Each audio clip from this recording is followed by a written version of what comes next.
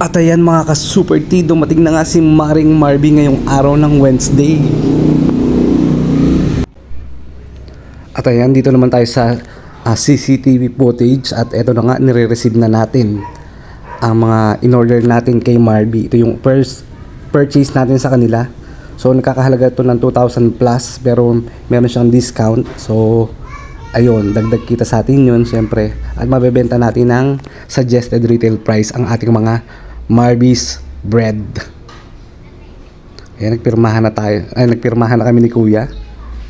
Siyempre may sumabay pang customer, so unahin muna natin si customer bago yung ating supplier dahil mabilis lang naman. At ang buko dyan, gulo-gulo pa kasi halos hindi ko pa naayos yung buko kasi kakagising ko lang din. At yan, binilang na nga ni Kuya kung ilan yung order ko para sure kung ano yung nasa resibo, yun din yung marireceive natin mga ka-Super T. At kagandahan pa kay Maring Marby, meron siyang BOO. Ibig sabihin nun, kapag merong naabutan ng expiration at nasira, pwede nating ipalit sa kanila. So walang kalugi-lugi, di ba mga ka-Super T?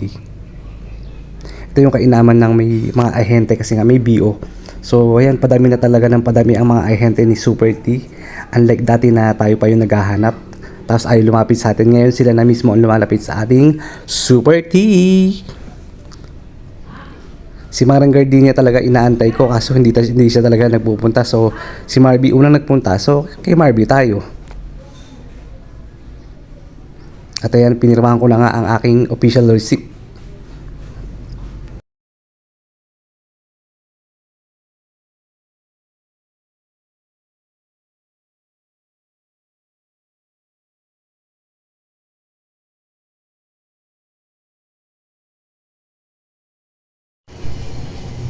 At ayan, dumating na ang order natin kay Maring Marby. So itatry natin ang tinapay nila kung magkiklik dito sa ating Super T.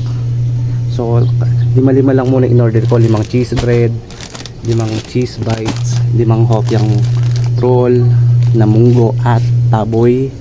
Then itong Spanish bread, itong super loaf nila at yung Pinoy loaf.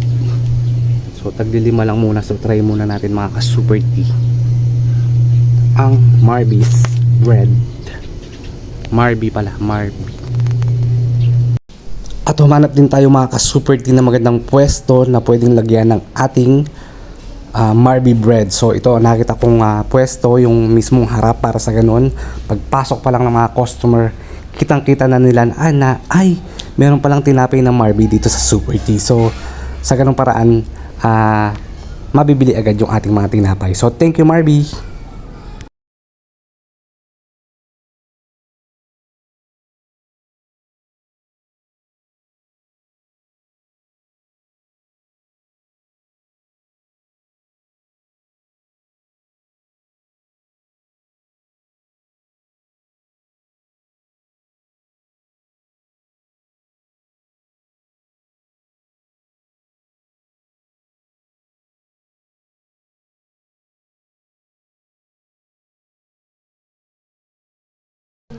At syempre humanap tayo ng magandang pwesto ng lagayan ng ating mga Marby's bread. So inalis ko na yung mga ibang nakalagay dito at inilipat ko ng lagayan.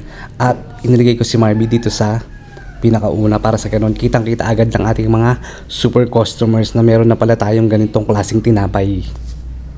So yun lang, thank you Marby.